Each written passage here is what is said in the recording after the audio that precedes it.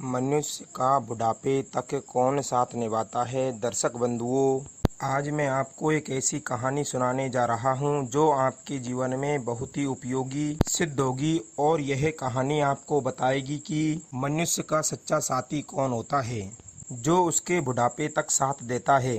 यह कहानी आपको ये भी बताएगी कि मनुष्य अमीर कैसे बनता है और गरीब कैसे बनता है। तो ध्यान को एकाग्र करके आइए सुनते हैं यह अनमोल कहानी। दर्शक बंधुओं, आप सभी से निवेदन करता हूं कि वीडियो को अंत में बीच में छोड़ कर के ना जाएं। आधी अधूरी जानकारी बहुत ही खतरनाक होती है, उससे समय की भी बर्बादी होती है और काम की बातें भी छूट जाती है। तो चलिए बने रहिए हमारे साथ इस वीडियो में, वीडियो के समाप्त होने तक। मित्रों, पुराने जमाने की बात है। एक बार एक राजा जंगल में शिकार खेलने के लिए गया हुआ था।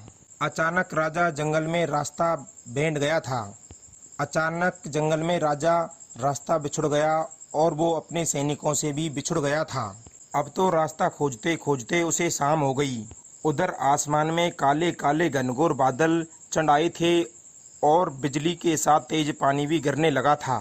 चारों तरफ की दिशाएं सूझ नहीं रही थी कि आखिर किधर की ओर जाएं। राजा बिना अनुमान लगाए हुए ही चला जा रहा था। अब तो उसे चलते चलते पूरी रात निकल गई और वो दिन निकलते ही एक गांव में जा लगा। वो भूख और प्यास से और थकावट से बहुत ही ज़्यादा व्याकुल हो रहा था। उसने देखा कि गांव के किनारे 3 छोटे छोटे बालक खेल रहे हैं।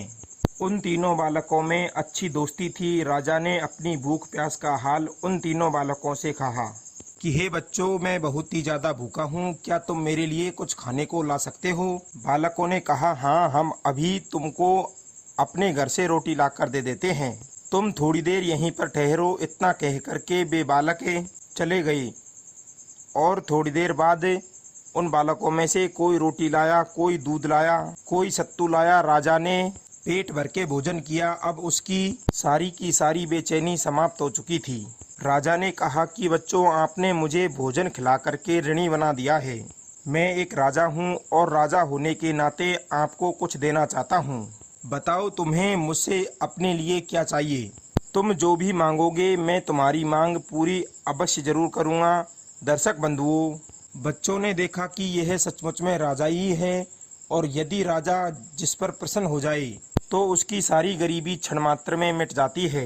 राजा ने कहा कि बच्चों, तुम लोग अपने जीवन में क्या करना चाहते हो, बताओ, मैं तुम तीनों की सहायता करना चाहता हूँ। अब तो राजा की बात सुनकर के वे तीनों बालक सोच विचार करने लगे। काफ़ी देर सोच विचार करने के बाद एक बालक बोला कि महाराज, मेरे पिता बहुत ही ज़्यादा गरीब हैं।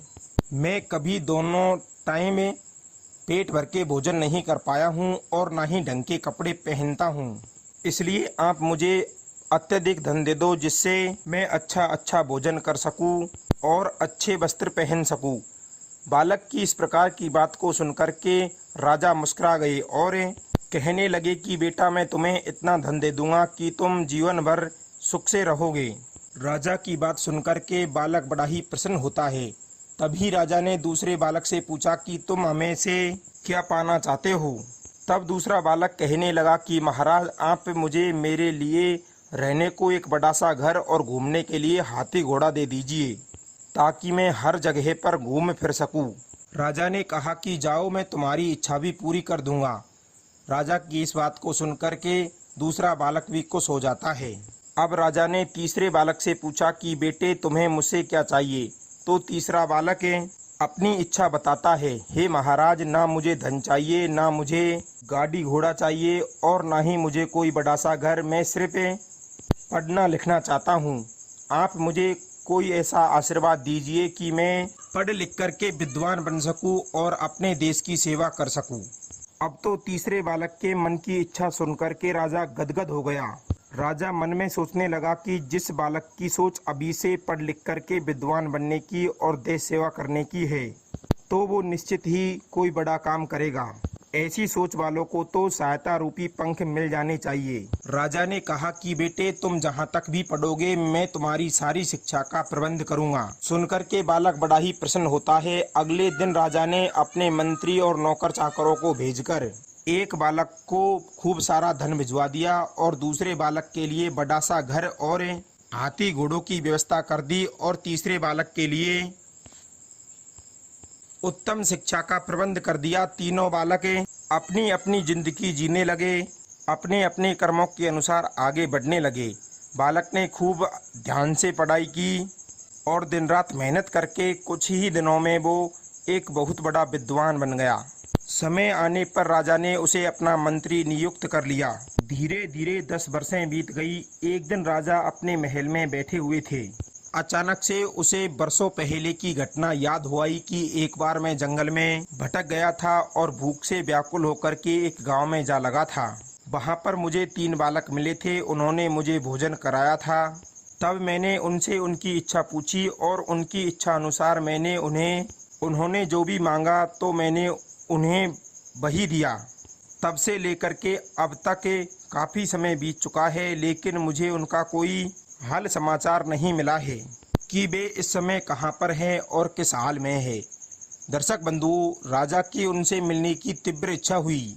राजा ने अपने मंत्री से कहा कि तुम्हारे साथ बरसों पहले 2 बालक थे जिन्हें को मैंने खूब सारा धन, हाथी घोड़ा और बंगला दिया था।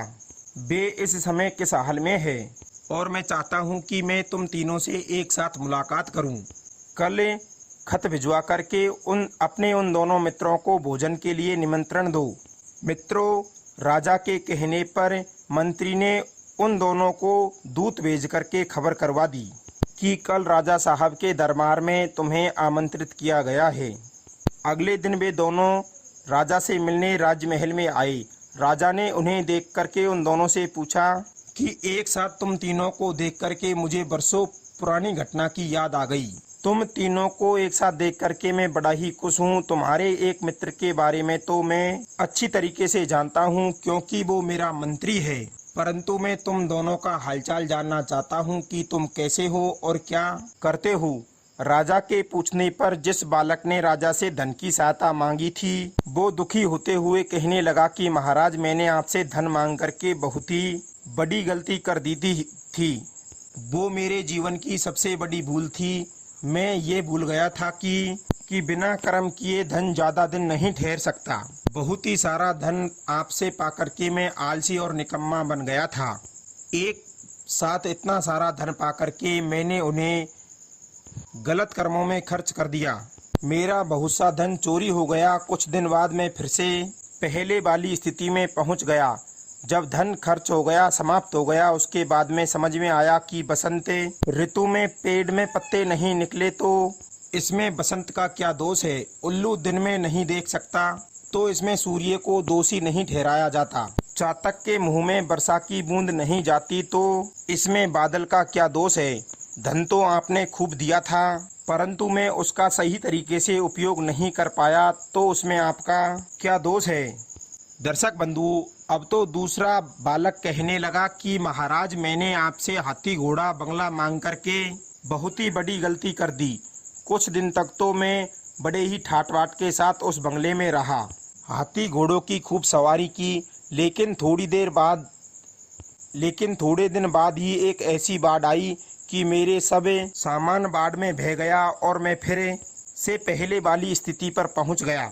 दर्शक बंधुओं, दोनों का हालचाल जान करके राजा साहब कहने लगे कि हे नौजवानों, इस बात का ध्यान रखना कि धन संपदा हमारे पास हमेशा नहीं रहते, लेकिन आपका ज्ञान, आपकी विद्या, आपका हुनर जीवन भर आपका साथ देता है।